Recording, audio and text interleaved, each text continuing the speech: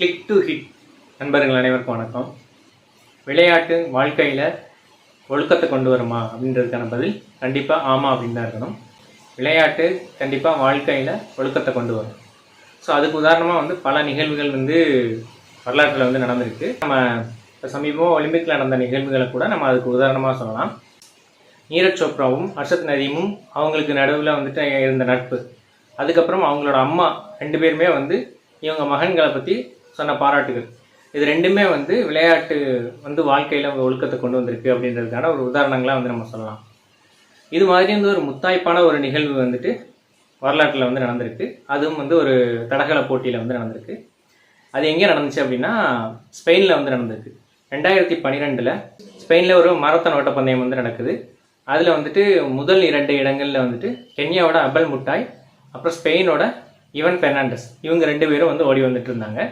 So அதில் கென்யாவோட அபல் முட்டாய் தான் முதல்ல இருந்தார்.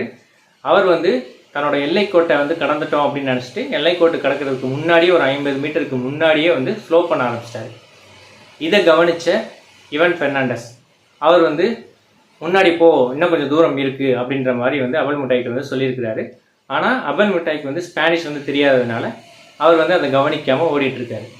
பின்னாடி ஓடுன ஈவன் பெர்னாண்டஸ் அவல் முட்டாயை போயிட்டு தள்ளி ஓடு, இன்னும் முன்னாடி கொஞ்சம் தூரம் இருக்குது அப்படின்ற மாதிரி சொல்லி அவர் ஃபஸ்ட் போக வச்சுருப்பார். அவர் முதல்ல பதக்கத்தையும் ஜெயிச்சிருப்பார். ஈவன் பெர்னாண்டஸும் அபல் முட்டாயும் ஒருவருக்கொருவர் கை கொடுத்துட்டு தங்களோட வாழ்த்துக்களை பரிமாறிக்குவாங்க.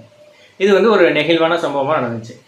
இதுக்கப்புறம் இந்த நிகழ்வை பற்றி ஒரு நிருபர், ஒரு ஸ்பெயின் நிருபர் ஈவன் பெர்னாண்டஸ் கிட்ட நீங்கள் சொல்கிறாரு, நீங்கள் ஏன் இந்த மாதிரி நடந்துக்கிட்டீங்க அப்படின்ற மாதிரி கேட்குறாரு.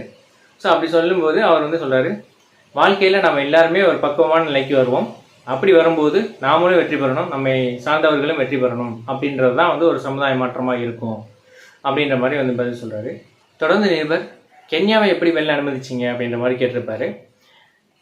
அப்படி கேட்கும்போது அவர் அதுக்கு என்ன பதில் சொல்லுவார் அப்படின்னா, அதாவது அவர் தான் வெளில தகுதியானவர், ஏன்னா அவர் தான் முன்னாடி ஓடிட்டு இருந்தார், நான் அதுக்கான தகுதியானவன் கிடையாது. ஸோ அதனால தான் என்னால் என்ன பண்ண முடியுமோ அந்த இடத்துல நான் அதை பண்ணினேன் அப்படின்ற மாதிரி சொல்லியிருப்பார்.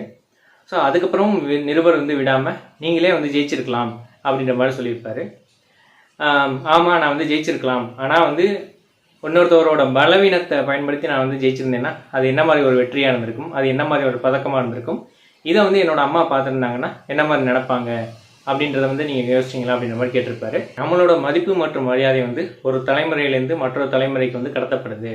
நீங்கள் உங்களோட குழந்தைகளுக்கு என்ன மாதிரியான ஒரு மதிப்பை கற்றுத்தரீங்க, ஸோ என்ன மாதிரி அவங்களுக்கு ஊக்கமளித்து அவங்க கிட்டேருந்து கற்றுக்கிறோம்னு நீங்கள் எதிர்பார்க்குறீங்க அப்படின்றது இதில் இருக்குது அப்படின்ற மாதிரி சொல்லியிருக்காரு. நம்மள பெரும்பாலானவர் மற்றவங்களோட பலவீனங்களை அறிஞ்சு அதை நமக்கு சாதகமாக பயன்படுத்திக்க தான் நினைக்கிறோம். மாறாக அவங்களுக்கு ஒரு பலத்தை கொடுத்து ஊக்கப்படுத்துறதுக்கான நம்ம எந்த ஒரு செயல்களையுமே செய்கிறதில்ல அப்படின்ற மாதிரி சொல்லியிருப்பாரு. ஸோ இந்த மாதிரி அந்த பேட்டி முடிஞ்சிருக்கும். ஈவன் பெர்னாண்டஸ் அதில் வின் பண்ணியிருந்தார் அப்படின்னா அது எவ்வளோ பெரிய ஒரு தவறான முன்னுதாரணமாக ஆகிருக்கும். ஸோ பின்னாடி வர தலைமுறைகளுக்கு அப்படின்றது தான் அவர் அந்த இதில் சொல்ல வராரு. ஸோ இதை தான் நாமளும் சொல்ல வரோம். விளையாட்டின் மூலமாக ஒழுக்கம் எப்படி கற்பிக்கப்படுது அப்படின்றதுக்கான உதாரணமாக இந்த ஒரு நிகழ்வு சொல்லலாம்.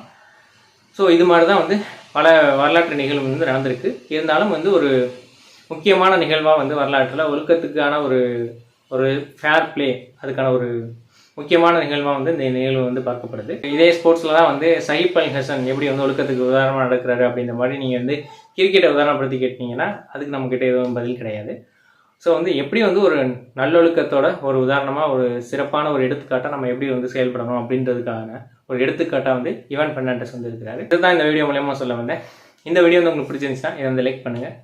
இதை பற்றி உங்களோட கருத்துக்களை கமெண்ட் பண்ணுங்கள். இதை எல்லாருக்கும் ஷேர் பண்ணுங்கள். நன்றி, வணக்கம்.